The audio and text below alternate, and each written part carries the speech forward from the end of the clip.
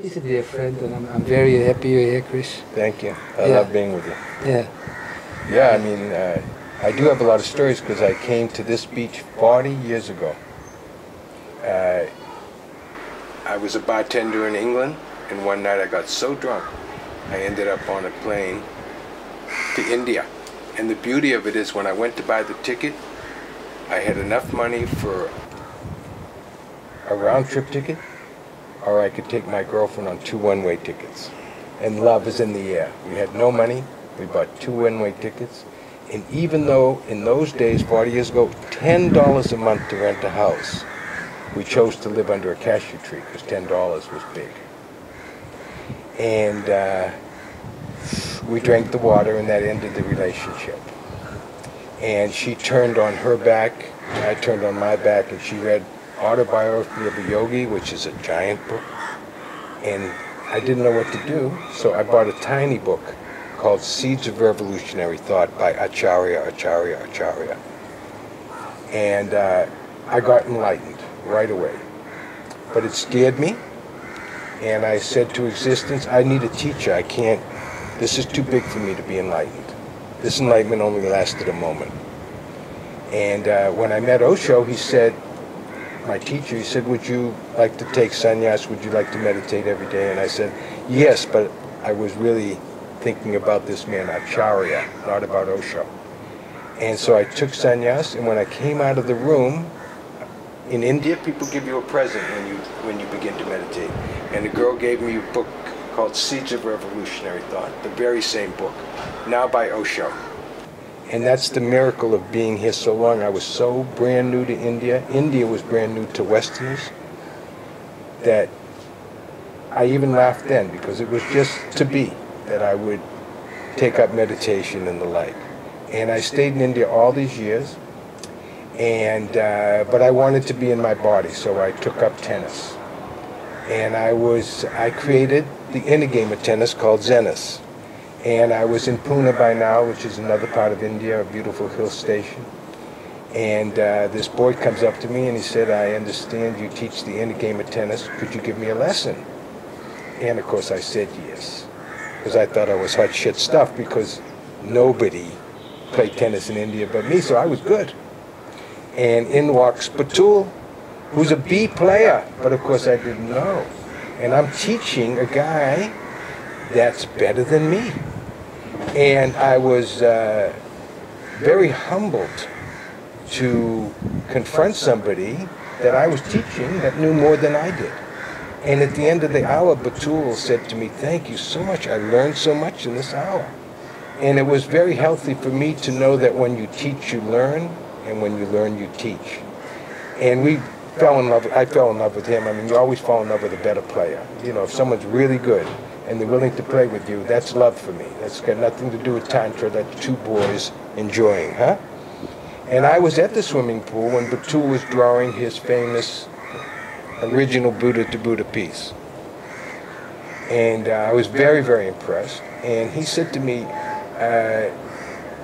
what do you think? And I said, well, everybody sits by this pool, and everybody designs a piece of jewelry, and everybody goes out into the world, and we never see them again because they usually fail. It's not so easy to start a company based on jewelry. And my God, this guy gave up tennis for the time being and created Buddha to Buddha, which is an expression called friend to friend. And I fell in love, and I actually have my own Buddha to Buddha piece, which I love, which you cannot buy. It's priceless, but talk to me anyway.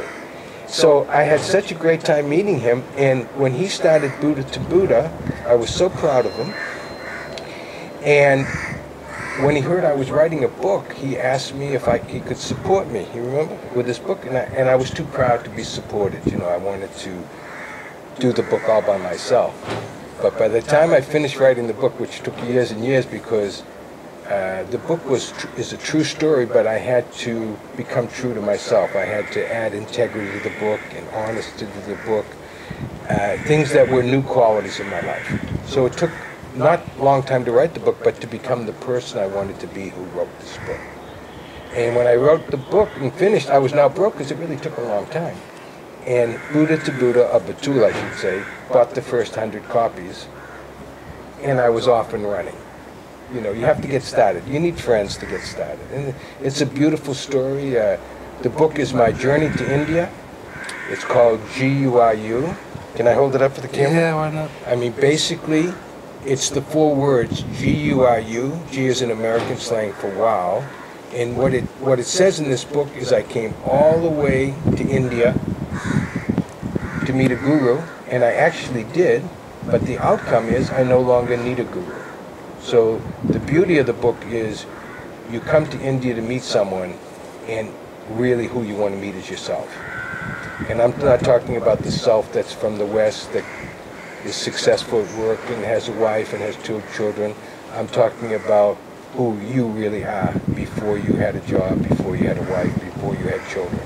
So it's a beautiful, beautiful book called Tell Me Who You Are. And I use myself as an example, so it's a comedy. And it's beautiful. I love, love, love my life. And now, funny enough, I'm in Amsterdam. And I'm leading meditations, and Batul often, as my friend comes to the meditation, I often go to his meditations. And it's just wonderful to add that quality of meditation to the marketplace. And both of us are in the same game. And we both love it, and we both enjoy each other's presence still. And I'm off and running. I'm just having a great time in Amsterdam, and from there I go all over the world. And it sounds big, but I sold 3,000 books, and it's killing me. You know? And it sounds big, doesn't it? But and 3,000 books maybe sound like a lot, but I'm talking about hard work. And that's the cosmic joke that I actually have a job now. I'm in the West teaching meditation, but it's almost a job. It's effortless, but it requires a lot of effort. And that's one of the things you learn in India, that if you're trying hard, you may still succeed, but if you're not trying and it's working, then you know you're meditating.